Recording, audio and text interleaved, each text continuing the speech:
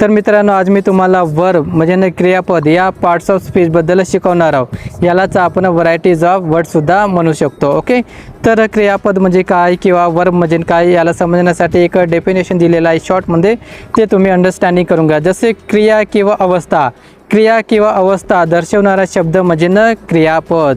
तर मित्रांनो, एखादी ॲक्टिव्हिटीज आहे म्हणजे आपण आपल्या डेली लाईफमध्ये जे ॲक्टिव्हिटीज करत असतो त्या ॲक्टिव्हिटीजला एक्सप्रेस करण्यासाठी जो शब्द वापरला जातो त्याला काय म्हणूया आपण, वर्ब किंवा क्रियापद। ओके, तर याला समजण्यासाठी काही एक्झाम्पल दिलेलं आहे, ते एक्झाम्पल तुम्ही अंडरस्टँडिंग करून घ्या। त्यानंतर तुम्हाला वर्ब म्हणजे काय आणि क्रियापद म्हणजे काय हे सुद्धा तुम्हाला समजणार। ओके, तर वर्ब आणि क्रियापद मित्रांनो एकच आहे, ते इंग्लिशमध्ये आणि ते मराठीमध्ये। ओके, तर या ठिकाणी बघा काही एक्झाम्पल दिलेलं आहे।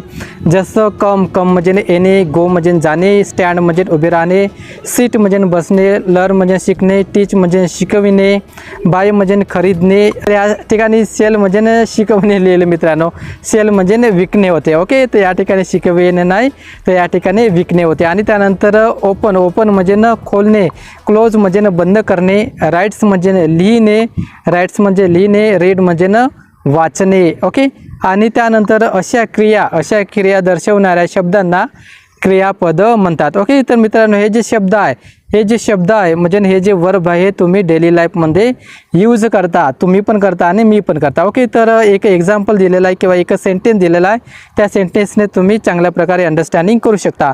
तर या ठिकाणी बघा, शी राइट्स अ लेटर, ती पत्र लिहिते। तर मित्रांनो, मला वाटते की तुम्हाला या वर्बबद्दल चांगल्या प्रकारे समजलं असेल, तर माझ्या या व्हिडिओला लाईक करा, माझ्या व्हिडिओला शेअर करा, या व्हिडिओच्या खाली कमेंट्स करा आणि माझ्या या पेजला फॉलो करा आणि चॅनलला सबस्क्राईब करा। तर भेटूया मित्रांनो नेक्स्ट व्हिडिओमध्ये। Thank you so much.